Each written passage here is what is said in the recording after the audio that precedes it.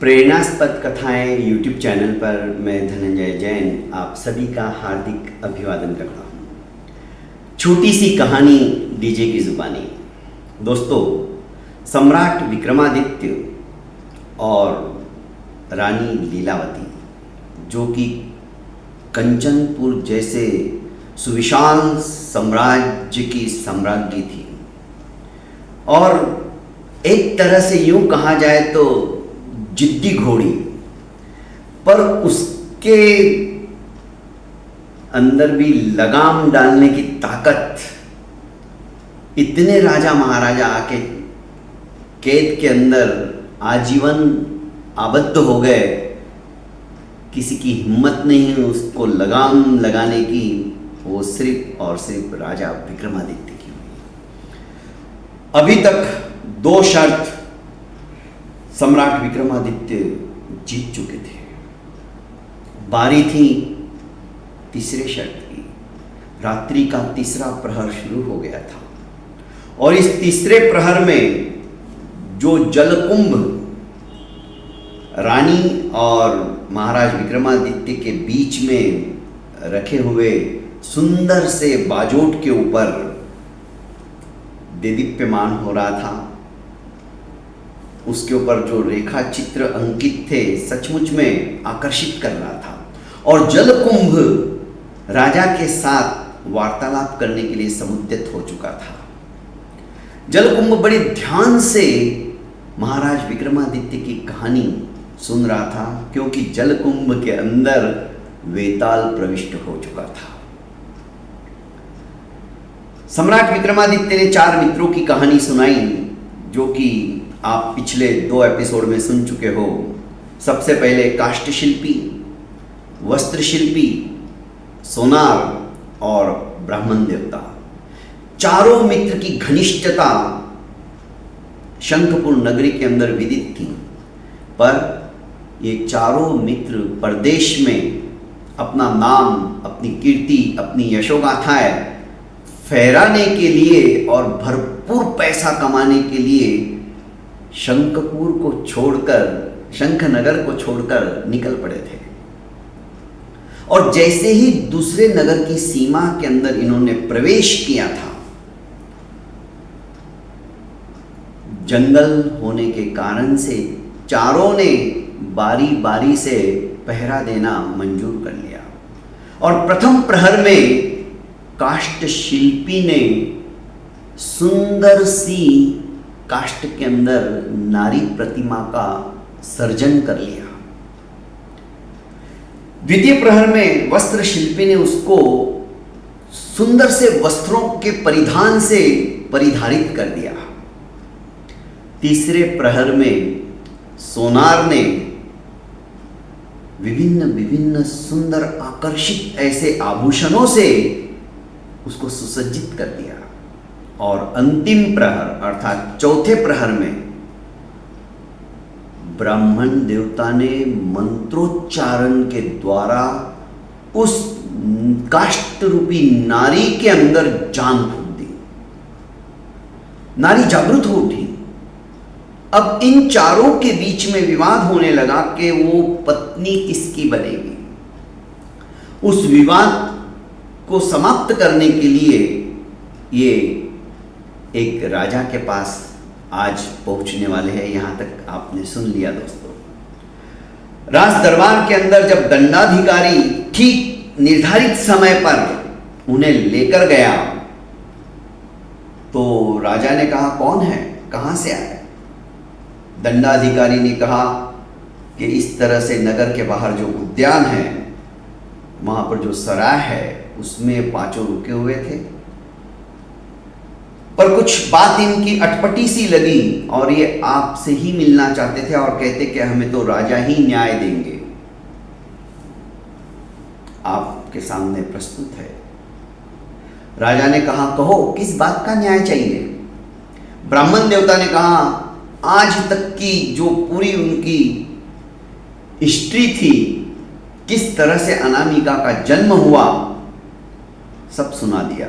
राजा तो सुनते ही इतने जोरों से हंसे कि उनकी हंसी रुक नहीं रही थी। उन्होंने कहा, दंडाधिकारी तुम किन बहरूपियों को लेके आए हो? क्या ये हमारा मनोरंजन करने के लिए लाए हो? यदि ऐसा है तो इन्होंने आज हमारा भरपूर मनोरंजन किया है, ऐसी मनगढ़ंत सुंदर सी कहानी सुनाई है, हम बहुत खुश हुए, बहुत प्रसन्न हुए, इनको मुंह मांगा इनाम देके रवाना करो। ब्राह्मण देवता ने कहा, महाराज हमने कोई कहानी नहीं सुनाई है, हमने तो हमारी जिंदगी की हकीकत आपके सामने प्रस्तुत की है, बयां की है, और आप ही न्यायदाता हो। हमने सुना है कि आप उचित न्याय करते हो, तो हमें न्याय दीजिए। महाराज भी सोचने लगे कि ये किस तरह की पहेली है। उन्होंने अपनी सभाओं को इंगित करते हुए कहा कि 3 दिन के पश्चात बड़े बड़े जो विद्वान हैं हमारे सभा के अंदर, वे हाजिर हो और इनको न्याय देने के लिए कटिबद्धता से इनकी प्रॉब्लम को सुनकर उचित न्याय करें। सभा विसर्जित हो गई। 3 दिन के पश्चात आने को कहा गया।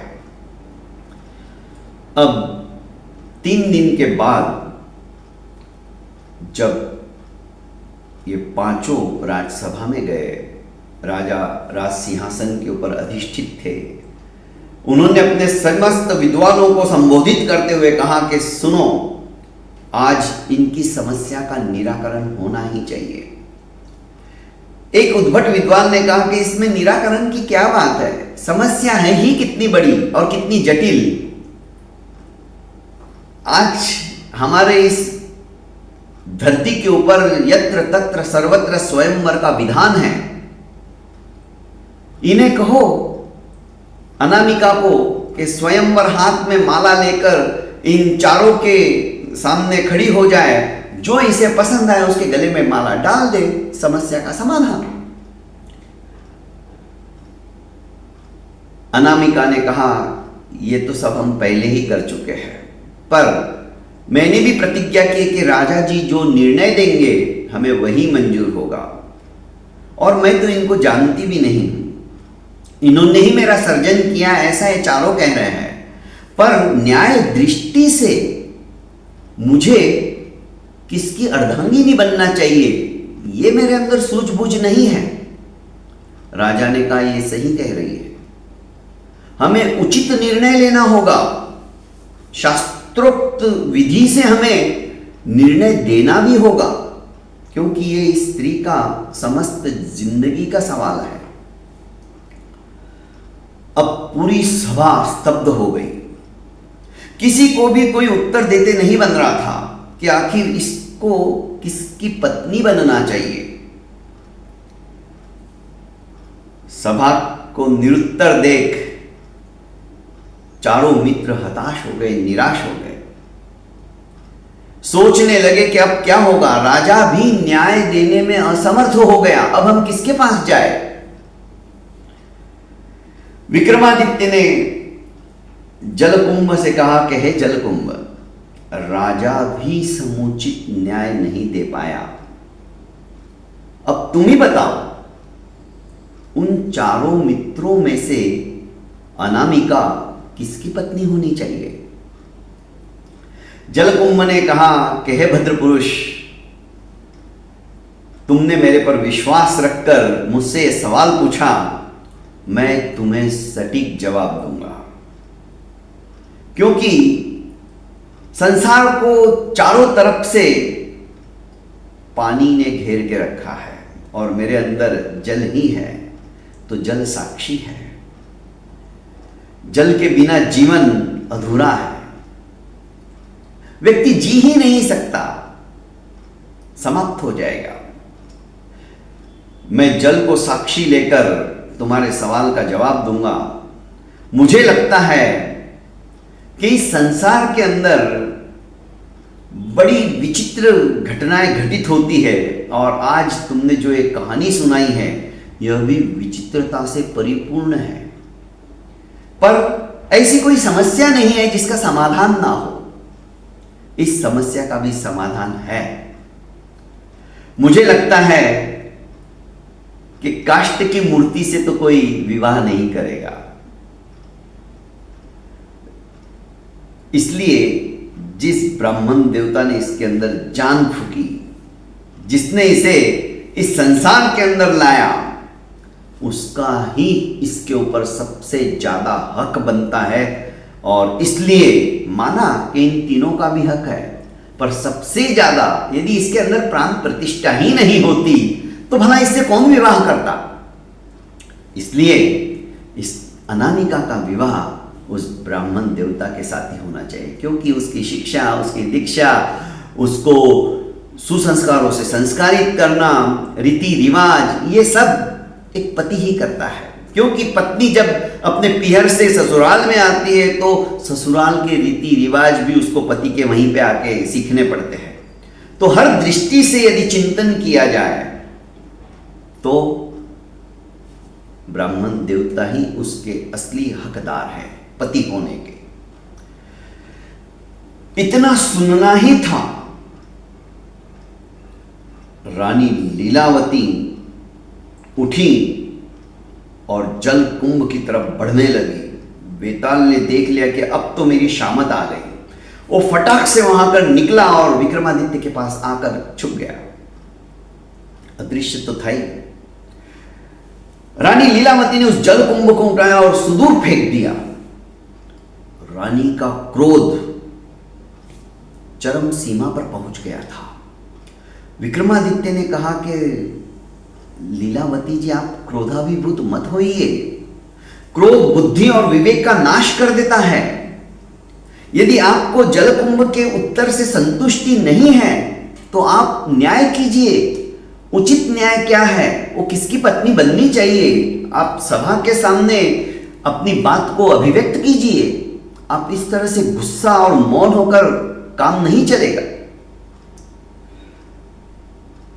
रानी लीलावती ने अपना मौन भंग किया और तीसरी बार बोली कि जलकुंभ झूठ बोलता है, इसीलिए मैंने उसको सजा दी, मैंने उचित न्याय किया। ठीक है, वो झूठ बोला, पर उचित न्याय क्या किया? आपने तो उसको सजा दे दी, पर समस्या का समाधान तो नहीं किया ना। आप बताइए। रानी लीलावती बोली कि देखो, काष्ठ की प्रतिमा का निर्माण करना, कोई भी चीज को जन्म देना, एक नई कृति का निर्माण करना, उसको जन्म देना, एक तरह से जन्मदाता पिता तुल्य होता है। इसलिए पिता पुत्री का विवाह तो संबंध सवाल ही नहीं आता, उनका संबंध अलग ही होता है। इसलिए काष्ठ शिल्पी उसका पिता हुआ। रही बात वस्त्र की, जिसने वस्त्र पहनाए, तो वस्त्र भाई की तरफ से स्त्री को आते हैं। जब उसका विवाह होता है तो भाई उसके लिए चुनरी लाता है, उसके लिए साड़ी लाता है, उसके लिए ड्रेस लाता है, उसके लिए बहुत सारे कपड़े लाता है। इस तरह से माहेरा भरने के लिए जब हम जाते हैं ना, तो वस्त्र ही लेकर जाते हैं। तो वो भाई हुआ। और ब्राह्मण देवता, जिन्हें कि ये जलकुंभ कह रहा था कि उसका पूर्ण अधिकार है, उसने मंत्रोच्चारण के द्वारा इसके अंदर जान फूकी, उसने जीवन दान दिया। पर मंत्र सिखाने वाला, व्यवहार सिखाने वाला गुरु होता है। तो गुरु के साथ शिष्य का विवाह असंभव, हो ही नहीं सकता। और जो सुनार बचा, दरअसल देखा जाए तो स्त्री को गहने, अरे आजकल की जो प्रथा है, विवाह के पहले हम रिंग सेरेमनी की प्रथा अपनाते, अर्थात अंगूठी पहनाते, वो भी सोने की, वो भी पति के द्वारा ही पहनाई जाती है। फिर मंगलसूत्र, आभूषण, ये सब कुछ पति देता है। इसलिए सोनार का हक है कि वो अनामिका के साथ विवाह करे। दोस्तों, चारों तरफ हर्षोल्लास छा गया। राजा विक्रमादित्य भी रानी के सटीक उत्तर से अत्यंत प्रमुदित हुए, प्रसन्न हुए। सोचने लगे कि वाह, मेरी जो कल्पना थी, मेरी जो सोच थी रानी लीलावती के प्रति, वो सचमुच में 16 आना सही थी। ये तो बहुत ज्यादा विदुषी है। बुद्धिमत्ता से परिपूर्ण है। इसके साथ अब मेरे विवाह में एक ही पड़ाव बाकी है। यदि चौथी बार भी मैंने इसे बुलवा दिया तो रानी लीलावती शर्त हार जाएगी और उसके साथ मेरा विवाह हो जाएगा। और जो मेरा संकल्पना है, हजारों हजार राजकुमार और राजाएं जिनकी बुद्धि आज कुंठित हो चुकी है कारावास में रहकर, उनकी प्रतिभा कुंठित हो चुकी है, उन्हें उन्मत्तता मिलेगी, वो बाहर निकल आएंगे। हमारी यह सृष्टि, यह वसुंधरा और ज्यादा पुष्पित, पल्लवित एवं विकसित होगी, क्योंकि बिना सोच के, बिना अच्छी सोच के यह सब कुछ संभव नहीं है। राजा मन ही मन कल्पना लोक के अंदर फिर से विचरण करने लगे। इधर रानी ने कहा कि अब मैं क्या करूं। मन ही मन सोच रही है कि इस तरह से तो अब मैं शर्त हार जाऊंगी। अब तो सिर्फ चौथी शर्त बाकी है, अभी भी कुछ नहीं हुआ। यदि इस बार मैं नहीं बोली तो मैं जीत जाऊंगी। रानी ने कहा, मैं बहुत थक गई हूं, एक 10 मिनट के लिए मैं विश्राम करना चाहती हूं। और राजा सोचने लगा, अब तो चौथा प्रहर शुरू होने ही वाला है और रानी इस तरह से विश्राम हेतु गई और कुछ उसने प्लानिंग कर ली तो सब कुछ गड़बड़ हो जाएगा। खैर, अब 10 मिनट का ब्रेक हो गया है और मैं भी आपसे इजाजत चाहता हूं। कल राजा विक्रमादित्य कौन सी कहानी सुनाएंगे, यह तो सुनने के पश्चात ही आपको पता चलेगा। मिलते हैं कल ठीक इसी वक्त, इसी समय। तब तक के लिए इजाजत चाहता हूं। प्रणाम।